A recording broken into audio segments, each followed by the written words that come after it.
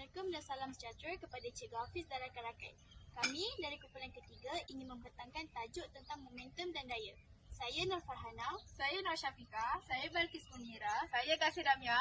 Jom kita jom tengok pembentangan kami. Definisi momentum ialah kuantiti vektor sesuatu objek. Semua objek yang bergerak mempunyai momentum. Arah momentum bergantung kepada arah laju sesuatu objek. Unit SI bagi momentum ialah kgms kuasa negatif 1. Formulanya adalah P sama dengan mv. Dalam tajuk momentum ni ada macam-macam bahagian. So, jom kita pergi satu. Okey, kita masuk kepada bahagian momentum yang pertama. Bahagian momentum yang pertama iaitu prinsip keabadian momentum. Prinsip keabadian momentum menyatakan bahawa jumlah momentum sebelum pelanggaran adalah sama dengan jumlah momentum selepas pelanggaran jika tiada daya luar yang bertindak terhadap sistem tersebut. Tiada daya luar yang bertindak terhadap sistem tersebut bermaksud sistem tersebut adalah sistem tertutup. Okey, sebelah ni kita boleh tengok contoh situasi prinsip keabadian momentum, iaitu ahli bomba sedang memadamkan kebakaran. Macam mana benda tu berlaku ya? Sebab air yang terpacuk keluar daripada hos tu ada momentum tinggi ke depan. Sebab itulah kalau kita nak pegang hos tu, kita perlukan 2 atau lebih bomba yang nak kena pegang. Faham? Okey, kalau macam tu kita pergi ke bahagian yang seterusnya.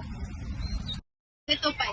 Letupan merujuk kepada satu situasi apabila objek yang pegun terlerai kepada 2 atau lebih bahagian. Letupan juga merupakan sistem tertutup yang tidak melibatkan daya luar. Sebab tu jumlah momentum diabadikan dalam letupan. Salah satu contoh letupan ialah pelancaran roket. Mari kita gambar ini di sebelah. Sebelum pelancaran, roket berada pegun di tapak pelancaran dengan momentum sifar. Selepas pelancaran, gas panas bergerak ke bawah dan roket bergerak ke atas. Bawah ni kita boleh tengok rumus dia. Next kita move to yang ketiga. Pelanggaran. Kalau korang nak tahu, pelanggaran terbahagi kepada 2, iaitu pelanggaran kenyal dan pelanggaran tak kenyal. Dalam pelanggaran kenyal, tenaga kinetik diabadikan. Manakala dalam pelanggaran tak kenyal, tenaga kinetik tidak diabadikan. Mari kita mulakan dengan pelanggaran kenyal. Pelanggaran kenyal di mana jumlah tenaga kinetik dikekalkan selepas pelanggaran. Jumlah tenaga kinetik sebelum dan selepas adalah sama. Pelanggaran tak kenyal pula, pelanggaran di mana jumlah tenaga kinetik tidak dikekalkan selepas pelanggaran. Dalam pelanggaran tak kenyal, kedua-dua objek melekat, baik sementara atau kekal sejurus selepas pelanggaran. Contohnya lato-lato, dia melekat tapi tidak kekal, hanya sementara. Jumlah momentum dan tenaga diabadikan selepas pelanggaran. Okey, kita dah habis tajuk momentum kita. So kita pergi ke tajuk seterusnya, iaitu daya. Wait, macam yang kita tahu, kebanyakan aktiviti harian kita semuanya melibatkan daya. Ya ke? Kau nak tahu tak? Maksud daya ialah tolakan atau tarikan yang dikenakan ke atas suatu objek. Betul lah tu. Daya juga merupakan kuantiti vektor yang mempunyai magnitud dan arah. Daya juga boleh mengubah keadaan gerakan suatu objek. Bukankah unit SI dia Newton atau kg ms kuasa negatif 2? Oh iyalah tu, yang tu lah.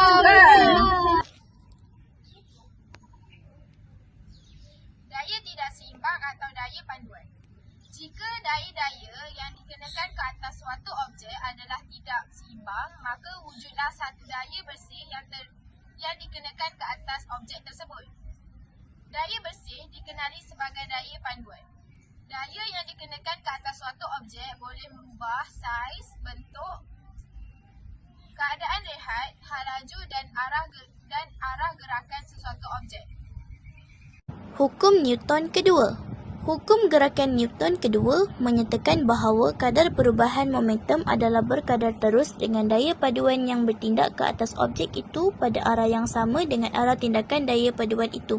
Implikasinya, apabila terdapat satu daya paduan yang bukan sifar dikenakan ke atas satu objek, objek itu akan memecut, lajunya bertambah atau berkurang atau arah gerakannya berubah. Formula bagi daya adalah F sama dengan MA. F adalah daya bersih, M sama dengan jisim objek dan A merupakan pecutan.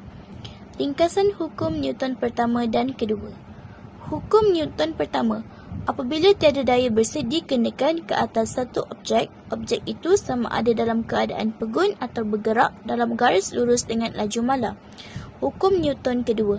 Apabila terdapat daya bersih dikenakan ke atas satu objek, objek itu akan memecut. Contohnya, sebuah kotak berjisim 150 kg diletakkan di atas satu lantai licin yang mendatar. Cari pecutan yang dialami oleh kotak itu jika satu daya 300 N dikenakan ke atas kotak itu secara mengufuk. Jawapannya, F sama dengan MA, 300 sama dengan 150 A dan A sama dengan 2 MS kuasa negatif 2. Kesimpulannya, jika terdapat daya bersih bertindak ke atas satu jasad, jasad itu akan mengalami pecutan. Pecutan ini mungkin ialah pertambahan hal laju, pengurangan hal laju atau perubahan atau pergerakan. Semakin tinggi daya dikenakan, semakin tinggi pecutan dialami oleh jasad itu. Semakin besar jisim jasad itu, semakin rendah pecutan yang dialami. Ini bermakna jisim merupakan rintangan halangan kepada pergerakan. Kita pergi ke bahagian yang seterusnya iaitu hukum Newton ketiga. Hukum Newton ketiga menyatakan bahawa jika satu objek P mengenakan satu daya F ke atas satu objek yang lain, maka objek itu akan mengenakan satu daya tindak balas yang mempunyai magnitud yang sama tetapi pada arah yang bertentangan, iaitu negatif X ke atas objek A. Ini bermakna setiap tindakan daya akan menghasilkan satu daya tindak balas yang mempunyai minat yang sama dalam arah yang bertentangan. Saya bagi satu contoh, korang boleh tengok gambar ni. Gambar ni menunjukkan satu bongkah diletak di atas meja. Berat bongkah itu akan mengenakan satu daya W ke atas permukaan meja. Mengikut hukum Newton ketiga, satu daya yang bermagnitud W tetapi dalam arah yang bertentangan akan dihasilkan. Berikut merupakan ringkasan 3 hukum gerakan Newton. Yang pertama, hukum Newton pertama, hukum Newton kedua dan hukum Newton ketiga.